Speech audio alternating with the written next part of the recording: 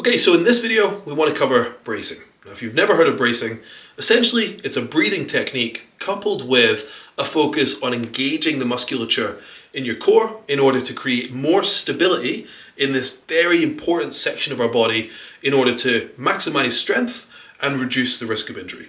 So, the fundamental principle I want you to understand before I explain this is how your brain, essentially, in the simplest description I can think of, communicates with your muscles to produce force.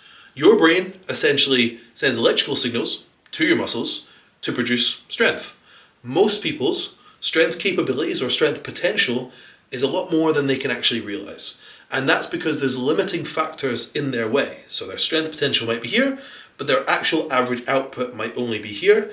And there's a few barriers in their way that stops them from realizing this top level strength that they are capable of the whole time. So what am I getting at? Essentially, if you were to perform a barbell squat with a lot of weight on your back and you weren't engaging your core properly, which is obviously there to support you when even in your every day as you stand up, can you imagine adding a lot of weight to your back? Your core is then having to work so much harder in order to support your posture and keep you upright and keep your back safe and all of these things that we need to learn how to engage it. And when we do engage it through bracing, your brain then senses more stability in the periphery and will send more dense waves of these electrical signals to your muscles to produce more of your true strength. So it's a really important thing to learn how to do.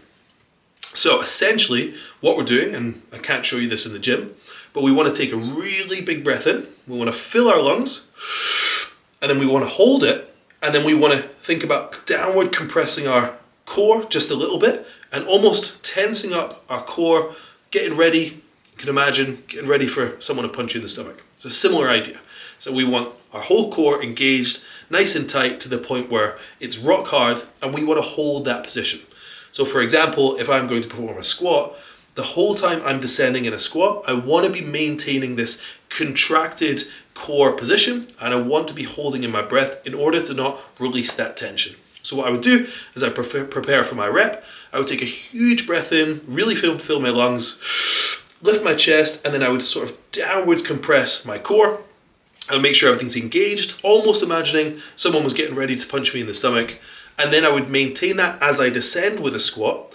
I would then reach the bottom of the position, I would press really hard into the ground, shoot up, and then release my breath. And then before I do the next rep, I would do the same thing.